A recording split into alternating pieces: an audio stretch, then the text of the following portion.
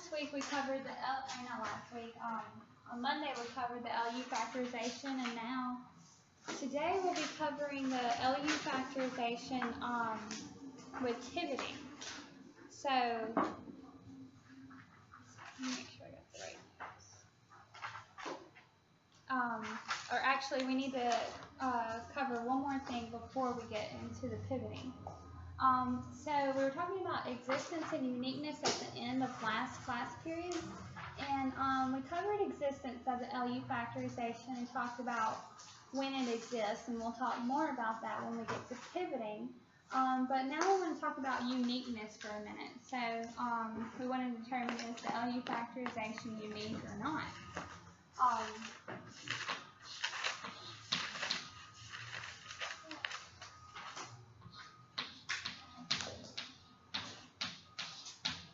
So our conjecture is that the LU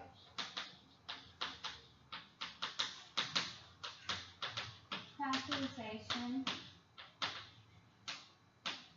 is unique. And the way we're going to prove this is we're going to do a proof by contradiction. So we're going to suppose that LU has two distinct factorizations.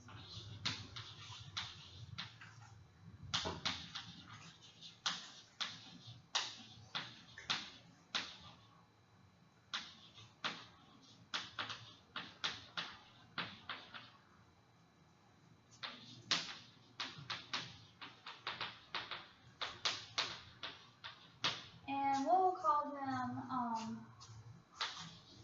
A equals L1 U1 and also A equals L2 U2. So A is equal to both of these LU factorizations, but this L is different from this U. This L is different from this L, and this U is different from this U. So we know that the factors are non-singular by definition.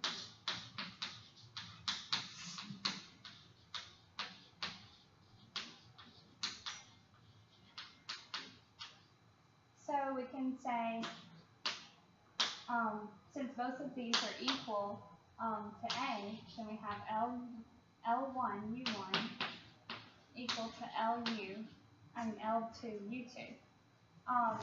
So now let's do a little bit of rearranging. Multiply on the left by L2 inverse on both sides, so we get L2 inverse L1. Then we'll multiply on the right by U1 inverse. So we get U2, U1 inverse. So now let's take a look at the structure of these matrices. We've discussed the multiplication of these triangular matrices. So this, we know, is lower unit triangular, and also L1 is lower unit triangular. Now if these two are equal, this one here is upper triangular, and this one is also upper triangular. So what is the only way that these two could be equal? If this is lower triangular and this is lower unit triangular and this is upper triangular, which parts intersect? The diagonal. So they would both have to be equal to the diagonal, and in fact the diagonal would have to be all ones. So it's just the identity. So if these two are equal, then it's the identity.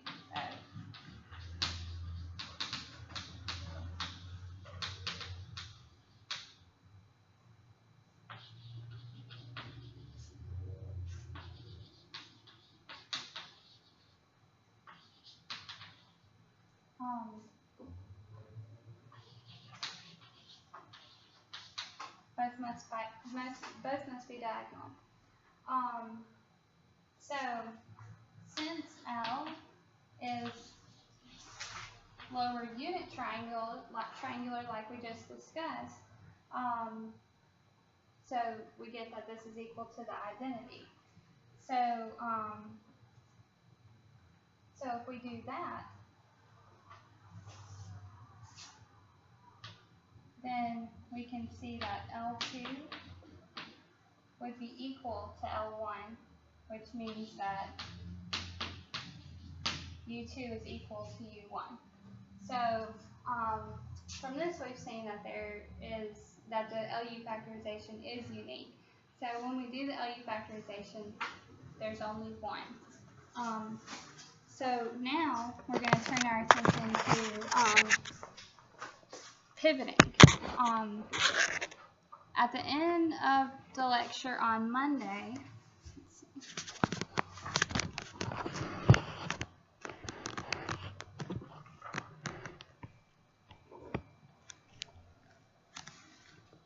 we were discussing cases where the LU factorization would not exist.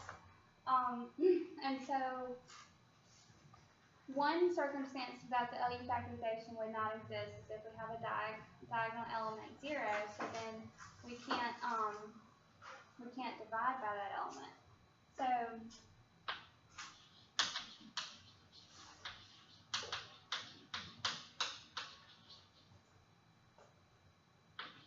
So as we discussed, sometimes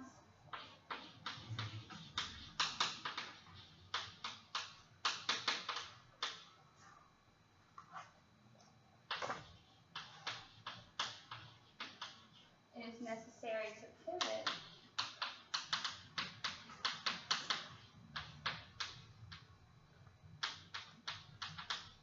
in Gaussian elimination.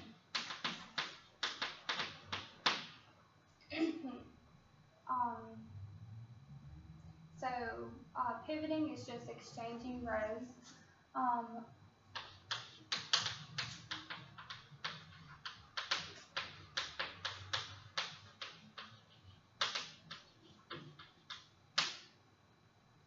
When the diagonal element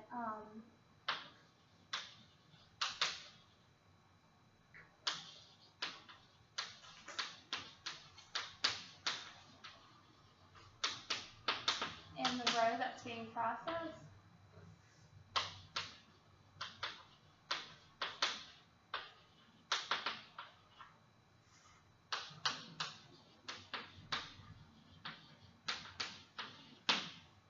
is 0. So that's what we call the pivot element. If we take a look at the main step in Gaussian elimination, so we have AIK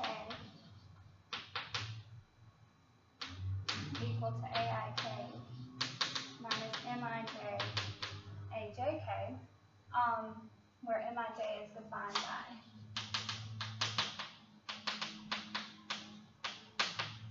it's pretty easy to see how that would cause problems. Obviously, if we have a 0 here, then we can't find our multiplier, so this step breaks down essentially. And also, another problem that we see come up with Gaussian elimination is that anytime the round-off error from this element, or anytime we have round-off error in this element right here, it's going to be amplified by this multiplier. So if I have some, this is, say this is our exact AJK, but then we have some error. When we multiply MIJ by this here, then it's going to amplify the error as well. So the error is going to accumulate if MIJ is large enough to make it amplify. So we want to take a look at an approach called partial pivoting, which helps to contain the round-off error.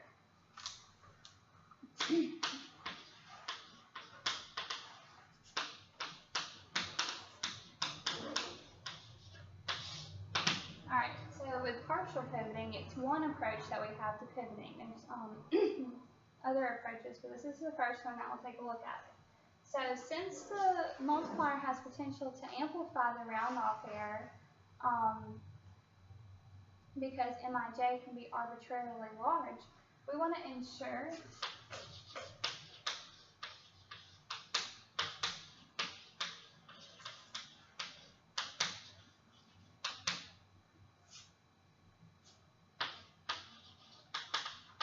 that the absolute value of this Mij is small.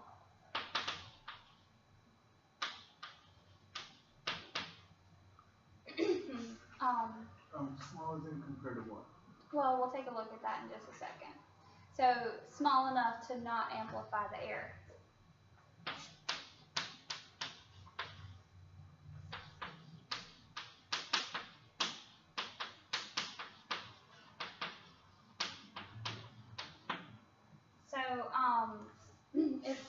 So let's take a look at Mij.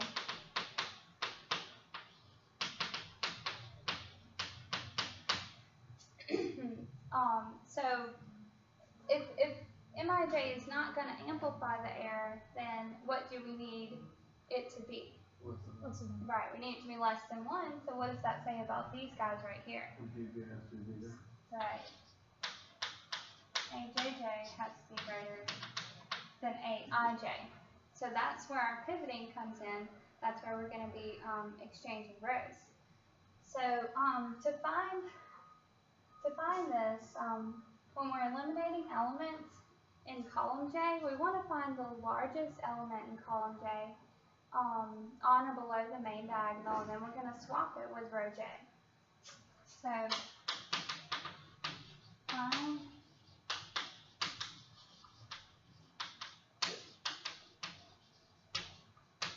the largest element in row J and swap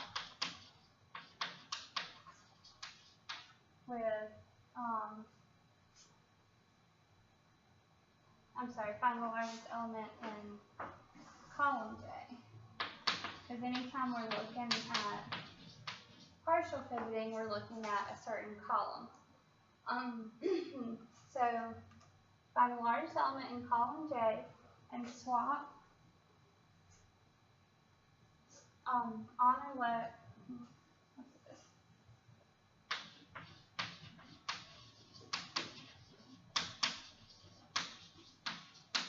On or below the main diagonal, and swap with row J.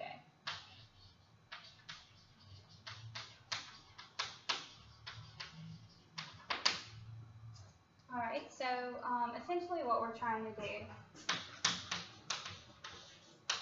is find P such that P is between J and N, where P is between J and N such that APJ is equal to the maximum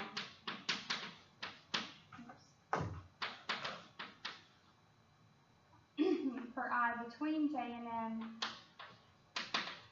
of AIJ.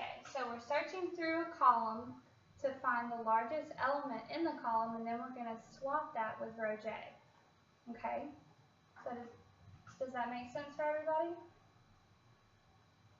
So if we can find this, then we're going to ensure that this happens right here. AJJ will be greater than AIJ. So we can say Mij is less than or equal to 1 for J equal to 1 through N minus 1, and I equal to J plus 1 through N. Then you get the APJ, right, which is the max. Right, so that's your pivot element. Then you're going to swap with, like, row J. As in what element? Do what? But you swap with row J. Right, so we swap the whole row. Oh, the row. Yeah. Right. So when we find it, we take that row and trade places with the other row. When it says on or below the main diagonal, wouldn't that already be JJ? Well, we have AJJ, and then think about what our indexes are here. So if we have AJJ, and then we have AJ plus 1J, AJ plus 2J, so everything below that. So that's what we're searching through to swap for. So pivoting like this, I guess we'll go ahead and go through those words.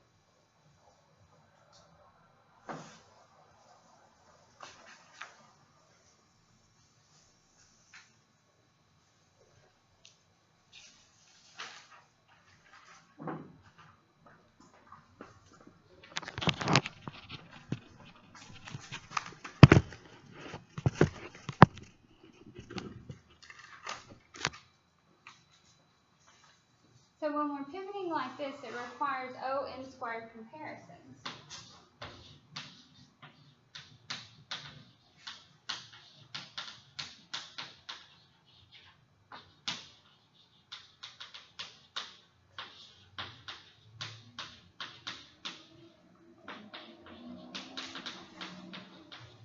And if we want to see why that happens, well, we have to determine the appropriate row interchanges. But the extra expense is negligible when you're comparing to the overall cost of Gaussian eliminations. But if we want to see where that comes from, so we have this matrix, A11, A22, down to ANN, and here, this is the first row, and first column, the second column. So when we're pivoting here, we have to search through this whole column right here. So we're searching through n minus 1 elements right here to compare them to see which one's the largest. And then here, or actually on or below the main diagonal. Let's see, from 1 to n minus 1. And then we have to search through this column. So we have to make n minus 2 comparisons. We have to search through this column and this column all the way down to here, where we just make one comparison. So if we sum all of these up, I equals 1 to n minus 1, we're summing up n minus 1, n minus 2 all the way down to 1. The formula for that would be n times n minus 1 over 2. And so now you can see where the n squared comes from. If you were to just multiply that out and see where the n squared comes from. So that's why we have n squared comparisons when we're doing partial pivoting. Okay. Alright, so one thing that we can talk about for a minute is the growth factor G. Now in the notes we skipped a section on error analysis, but if you are to take a look at the error analysis, it involves the growth factor.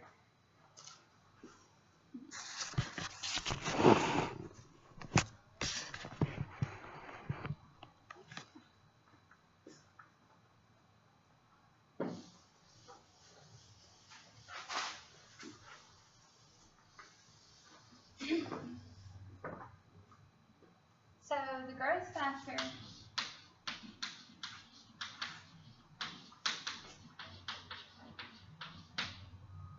G, after we have found the LU factorization,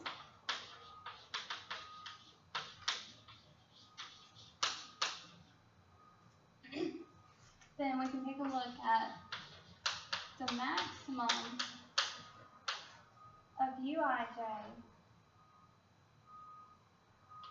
over the maximum of Aij, and that's going to be less than or equal to G. So it's just, the growth factor is just a bound on how much Gaussian elimination can amplify the entries. And they actually did a study, or tried to study this problem and see how much each entry could grow when Gaussian elimination is performed. So 2 to the n minus 1 is the largest growth that you could possibly get when you use Gaussian elimination.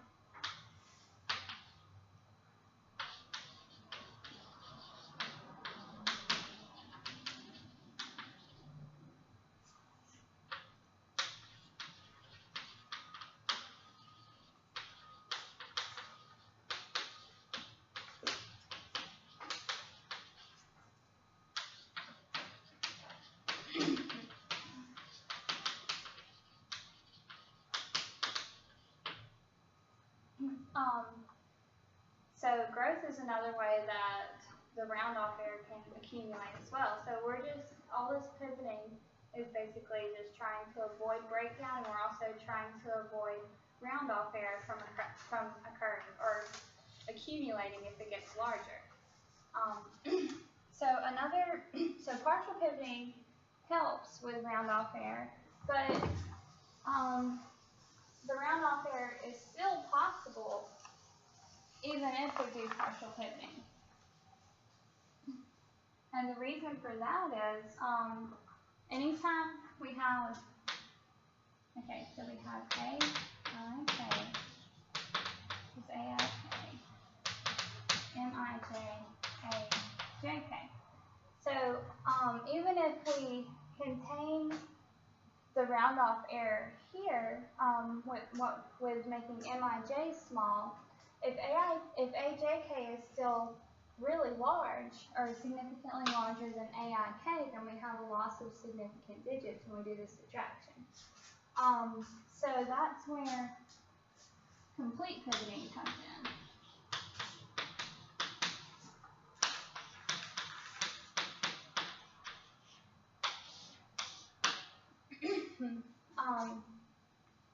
So complete pivoting helps to reduce this accumulation of round off error even more. So like I said, if M, I, J, A, J, K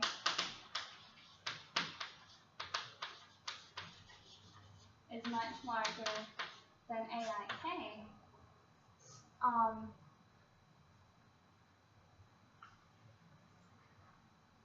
even if, okay, so if, okay, so if Mij, AJK is much larger than AIK, then this can still happen. Even if Mij is not large, like we require in partial pivoting. So this can happen if AJK is too large. So complete pivoting entails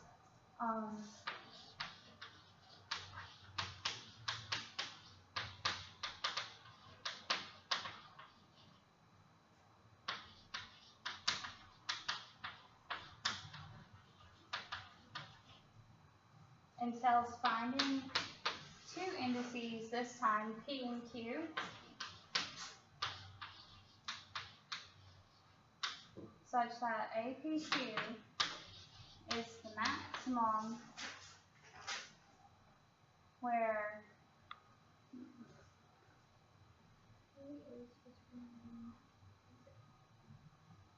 I think this should be, I'm checking the notes.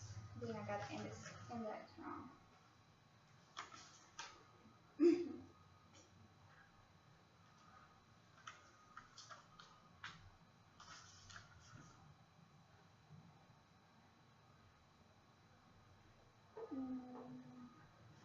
I think this should be,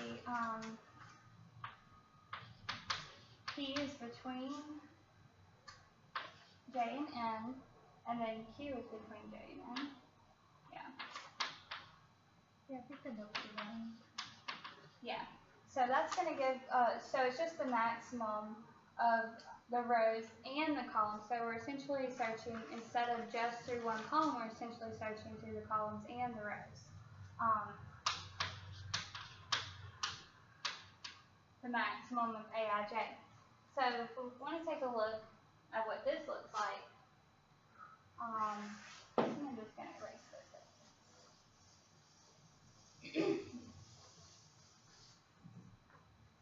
And the matrix.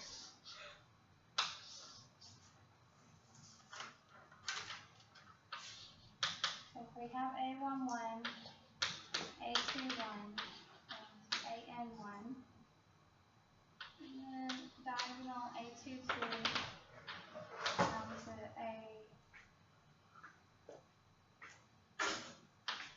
AN2. So when we're doing complete pivoting, as opposed to partial, so with partial pivoting, we would just search through this column. But with complete pivoting, when we're looking at this first diagonal element here, we're going to search the entire matrix for the largest. So we search for the largest column and the largest element in the column, largest element in the row, and we would swap. And then when we get to A22, we do the same thing, except we only search that portion of the matrix that time. And so with A33, we search that portion. So the portion that we have to search gets smaller each time, but it's still more than we had to search with partial pivoting.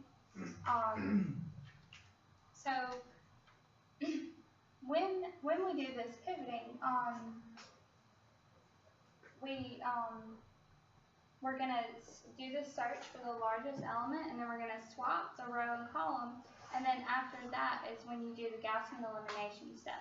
So we pivot first, and then we do the Gaussian elimination step. Alright, so is everybody okay with complete pivoting? Alright. So how many operations is there? So A11, you're saying it will have n minus 1 quantity squared? N minus 1. Like that? Yeah. For the whole matrix? Yeah.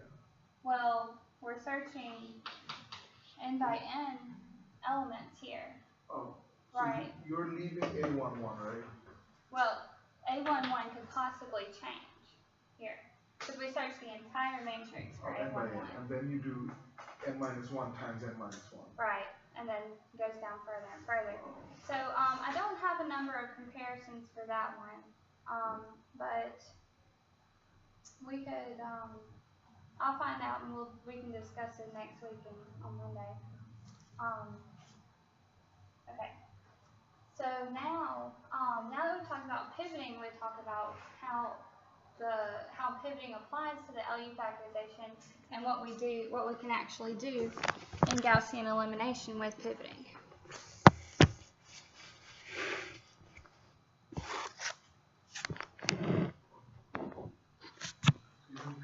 More steps, like computational steps, it's better for the error. Right, it is better for the error, but sometimes partial pivoting would say it's just good enough, like we don't gain enough accuracy with complete pivoting to account for all the comparisons that we have to do. I think different people have different preferences on which one they prefer, but it's my understanding that most of the time partial pivoting is good enough. Okay, so now we'll talk about the LU decomposition with pivoting.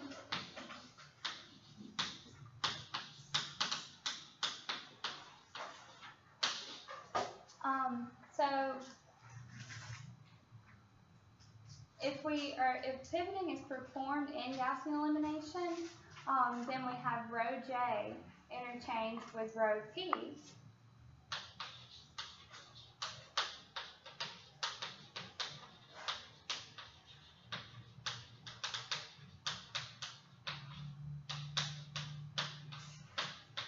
For P greater than J.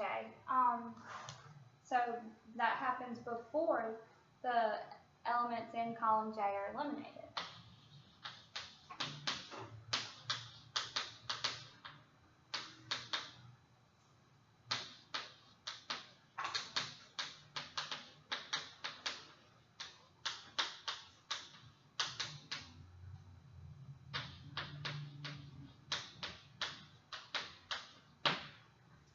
Okay.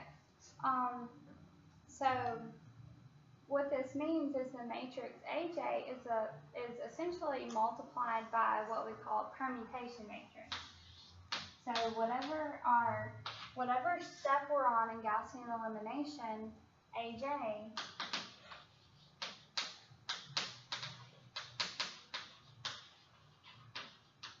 is multiplied by a permutation matrix PJ. And a permutation matrix is just a matrix that's obtained by interchanging rows or columns of the identity. So we just have the identity, and then whichever rows we swap that in identity and multiply that by our A matrix. So if we multiply on the left, it permutes the rows, and if we multiply on the right, it permutes the columns. So then we can describe the process of Gaussian elimination with pivoting by matrix multiplication. So if we're trying to get U, and we have A, we've already seen that if we multiply all these elementary row matrices that have the multipliers in them on the left, then we apply that to A, and we get U, right? But now what we're doing is we're pivoting and then eliminating, pivoting, eliminating, pivoting, eliminating, so that it looks like this. So we pivot once, and that's going to help. We just interchange the row with the largest row, and then we're going to eliminate whatever element we're trying to eliminate. And then we continue to do this up until, so we've got P n minus 2, M n minus 2, and then P n minus 1,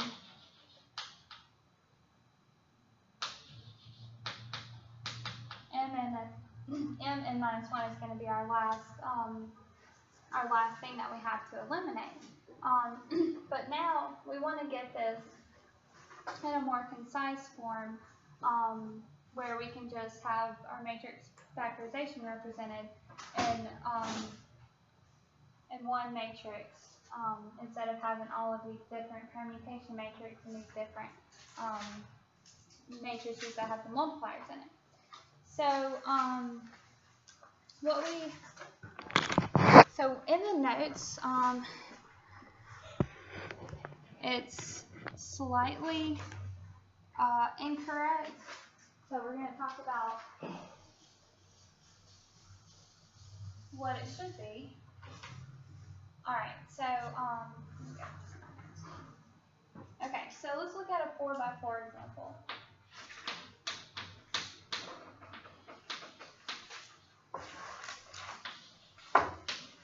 So if I get U, I have A. This is another. So I'll multiply by P1, N1, P2, M2, and then P3, M3. So this is going to give me, if I do all of these matrix multiplications, it's going to give me U, where we've pivoted, so we have reduced the round off there. But I want like an actual matrix factorization instead of having these M3s or M subscripts, P subscripts. Isn't L the set of multipliers? It is, but we can't write it in that form right now because it's L. times permutation. Right, so we've got to get all of our M's together and all of our P's together before we can express it in that way. Why not do L times P and get like some other X? Like, you know what I mean? Like all the entries of L times that corresponding entry of P, P3, and M3. Right, well, we're going to take a look at that. Right. So I've got P1 here. Now I want to get all of my P's together, but right now they're not. So what I can do is, let's see, how is it? We've got P2, I need more room.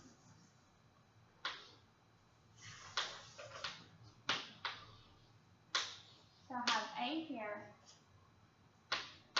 and P1. So I'm trying to get all of my P's together. So I'm just going to stick a P2 in there, but also a P2 transpose. So this is just the identity right there. So it's just like putting the identity in there, multiplying by 1. So we can do that. And then after that, I had M1, P2, M2, and then P3, M3.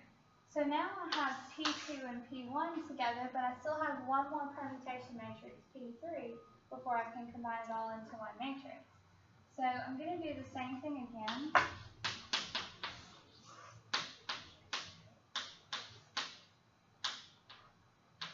And this time, it's going to be P3 between here. So I had a P2 transpose, M1, P2, M2, and then P3, M3. So now I can just call P3, P2, P1, P.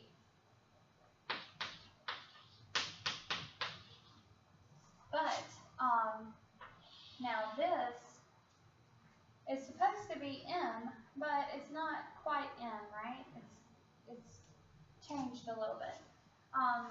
Now I have M1 multiplied on the left and the right by P2, P2 transpose, but I don't have P3 transpose on the left, so I want everything to be symmetric. So in here, I'm going to stick a P3 transpose P3. M3, P3, P3 transpose P3, and then P2, and then another one, P2, M1, P2 transpose,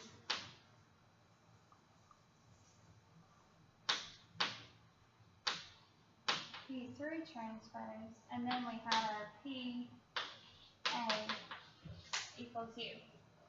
So now, all of this here, I'm going to call it M1 tilde. So it's still a matrix that contains the multiplier that eliminates whatever element we're trying to eliminate with Gaussian elimination, but it's going to be permuted by these P2 and P3 matrices. And we'll take a look at what happens when we multiply by these permutation matrices on these matrices with the multipliers in it. So now, over here, we multiply by the same thing on the left and the same thing on the right, so we don't need to add anything in there. So that one is M2 tilde, and then this one we didn't have to multiply by anything at all, so it's still just M3, okay? So we have M3, M2 tilde, M1, PA equals U. Now before we go into what L is here, let's take a look at what actually happens to these guys.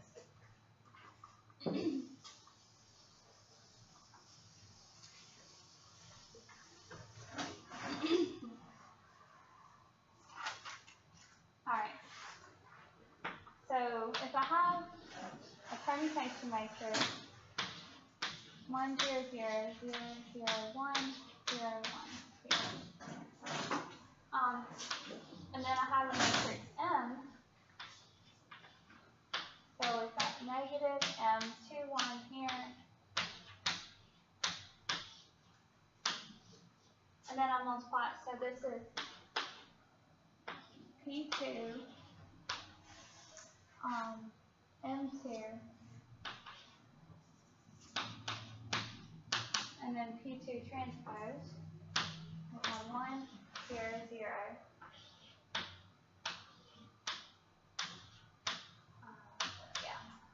Alright, so let's do this matrix multiplication. I'm going to apply the column permutations first, so multiply this out.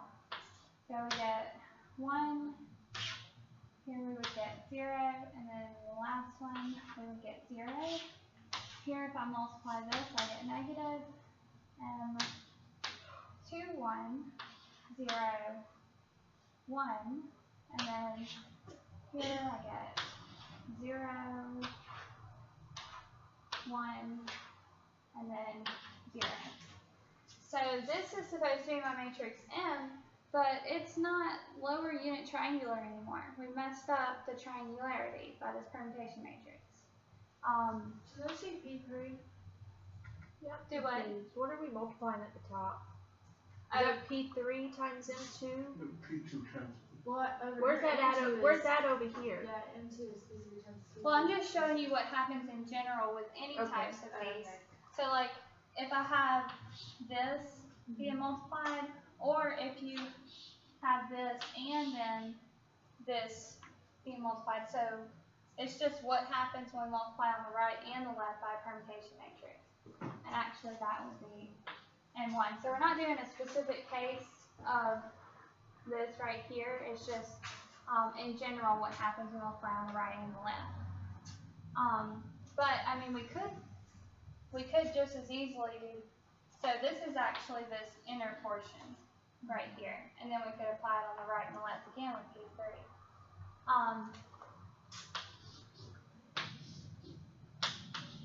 Alright, so multiply. Alright. So to multiply these here, we get 1, 0, 0. And then here we would get 0, 1, 0. And then here we would get negative and 2, 1, 0, 1. So now we've restored the triangularity, but what's happened? Shifted down. Right, so our multiplier changed place. So here we swapped rows 2 and 3 in our permutation matrix, so that's what happened here. Our multiplier got swapped from row 2 to row 3. Row 3. So that's what these M tilde matrices are. But that's okay because we've restored lower unit triangularity, which is what we want L to be. And these make up our L, right? Okay.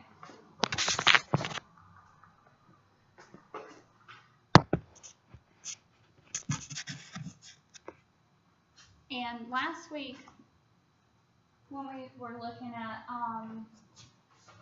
how to find L, we saw that L was just the inverse of that matrix M, right, with all of the multipliers in it. So right now we have M3, M2, M1,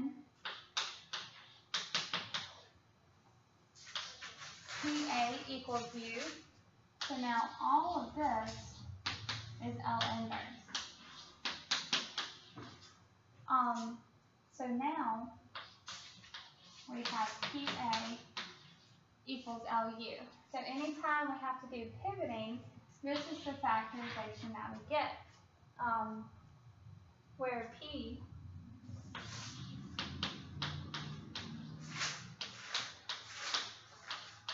is all of these permutation matrices, all the way up to P1. So now if we do all these permutations to A, we also have to consider how does that affect B. So in the solution, or in the system of linear equations that we're trying to solve, AX equals B, then if we permute A, or if we multiply by P on the left side here, we multiply by P on the left side here as well. And then now we can take a look at how we would actually solve a system this way. So we have PA is equal to LU. So we have LUX equals PB. And then we let this be equal to Y. So we solve the system LY equals PB, and then UX equals Y.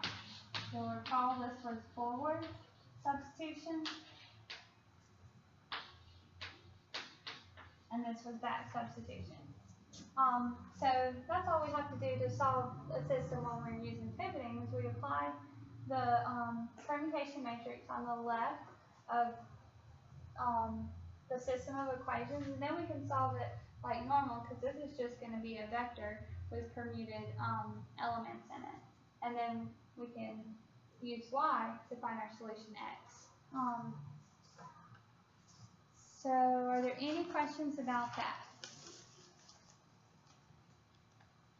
Okay, so now we're going to take a look at an example.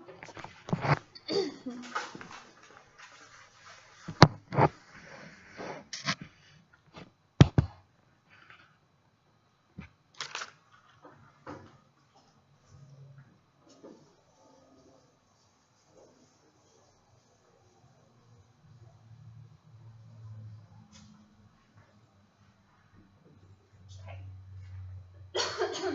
is a, I think this is the same example.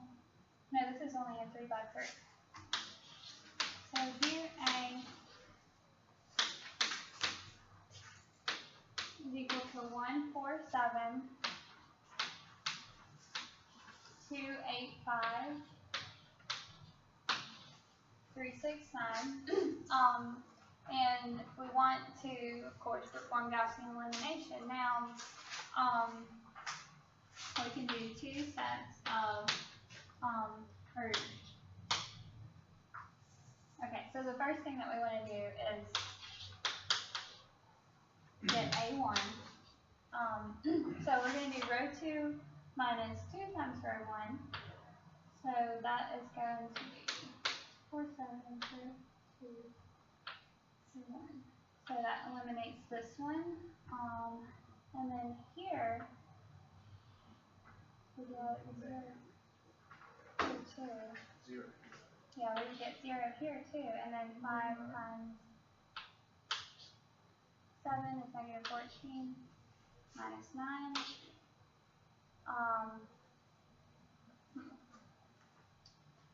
Okay. Do what? Right. But at this point, okay, yeah, so then we can remove this, but we see we're going to run into a problem when we get to this one right here. So A2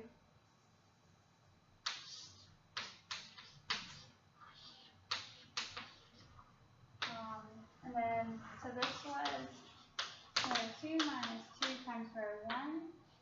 And then here we can do row 3 minus 3 times row 1 to get 0, negative 6, and negative 12.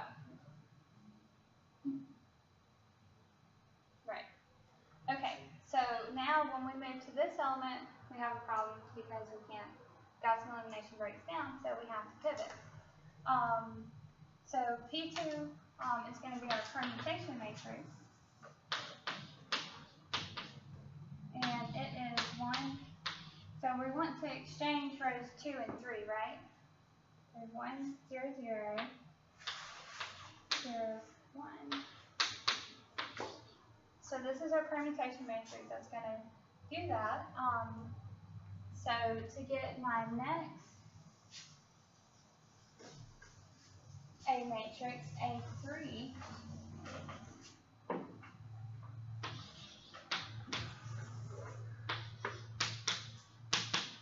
this is going to be equal to P2 times A2, which is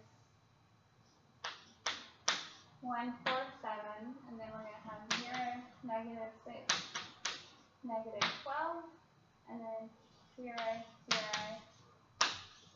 negative 9. So now we have our U, which is our upper triangular matrix, and we want to take a look at what L is too. So L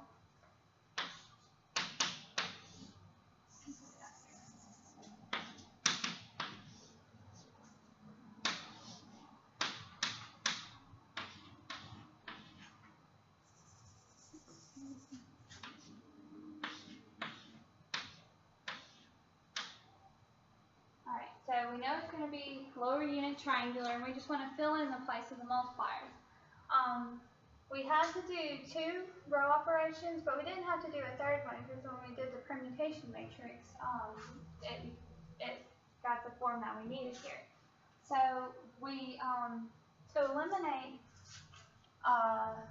the 2, 1 element, we multiply by 2. So we would have right, we would have negative 2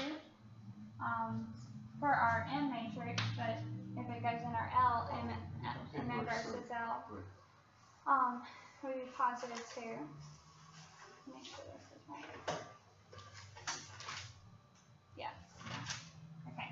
And then when we eliminated this element, we multiplied by 3, and so we would just have a 0 there. So that would be our L matrix, except we need to apply this permutation matrix to L as well.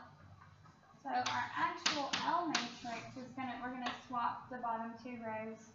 If we apply it on the right and left, remember it's gonna swap those multipliers, but it restores lower unit triangularity. We multiply on the right and the left, right? Like we saw in that example that we did. Is everybody okay with that? So after that happens, we can actually call this M here. And then we get L, and it's going to be 3, 2, 0, 1. So now we have our U and our L. So let's look at the factorization now. We have PA equals LU. So our permutation, we only had one permutation matrix, which was P2. Are we swapping the entire row or just the? Yeah, so that's what, Should that be 3, 0, 1, and 2, 1, 0? well, that's what, okay. So when we're doing this right here, let me go back to, let's see, I'll just put it right here.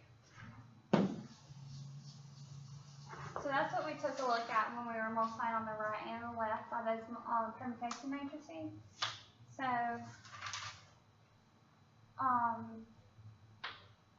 okay. So what we have is, A, and then we had P1. Well, actually, we didn't have a P1 here. So are the multipliers just going to swap places? Yeah, well, that's what, okay, so this, right, so that's the matrix M that we had, and we multiplied on the right by P transpose and then on the left by P. So when we multiplied on the right by P transpose, what happens is what you were saying, 1, 0, 0, we would have 3, 0, 1, and then 2, 1, 0. So that's what we get when we do this multiplication here, but then when we go back and multiply on the left by the permutation matrix, it restores the lower unit triangularity. So in the end, just the multipliers of the first column are exchanged. Right. Like the first one is the rows. Right. Since we swapped row. rows 2 and 3, those are what's exchanged here. Okay. Does that make sense now? Yeah. Okay. All right. And then instead, since we use the permutation matrix for that specific entry before, that would be a 0. Right. If we had to perform another step of Gaussian elimination after that, then we would have another multiplier right here. But after we did the permutation, It then happened to be, it worked out. right, we got an upper triangular matrix. So now what we have is our factorization.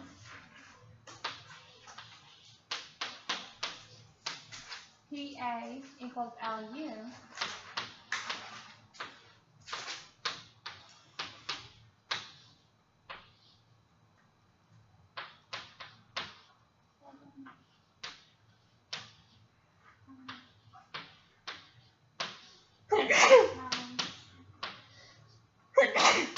Bless you.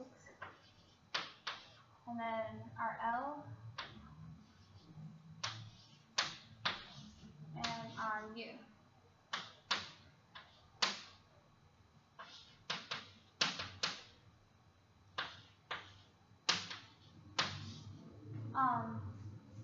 So then we could just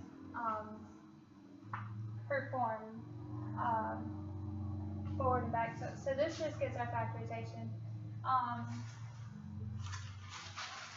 Yeah, this example didn't, I don't think it gave us,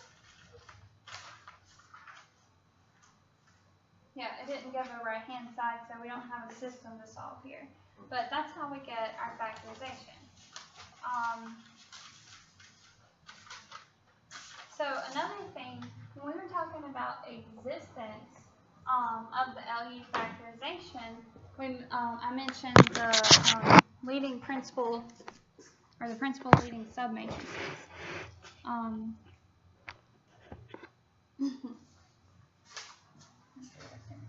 So we can see in advance, like here, at the beginning with A, you can't see that necessarily that we're going to have breakdowns. But if we take a look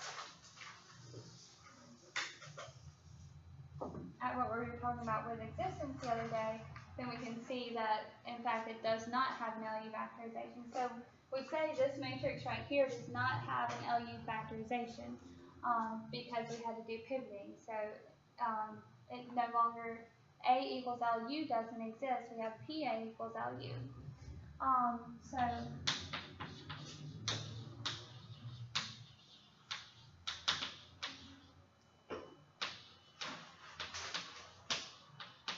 it can be seen in advance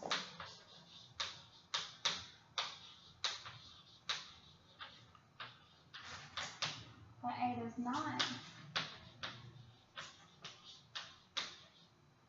have an LU factorization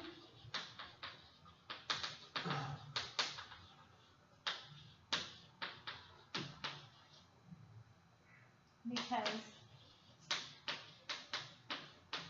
the second minor, so the minor are all of these matrices here. So the second minor is the matrix 1, 4, 2, 8 is a singular matrix.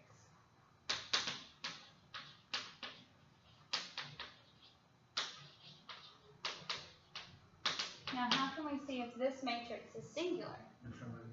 Right, so the determinant is equal to 0. So we have 1 times 8 minus 2 times 4, we get 0.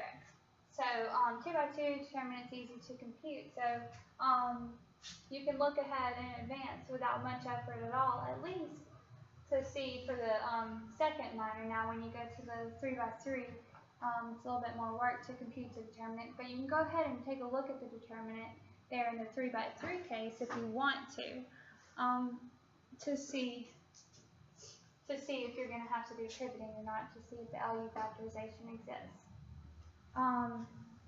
So that's all I have for today. Are there any questions about anything? Does everybody understand what we were talking about over here? I think when Vivian was asking her question about how we go from M to L like this. Does that make sense? When we apply these permutations on the right and the left. So when we do it on the right, it messes up our triangular system. But then we apply it on the left, so it restores the triangularity. But then we have that permuted M, so our multipliers are swap places. Okay. Become positive because L stores the inversely. Right, yes. Okay, so if there are no questions, that's all we have for today.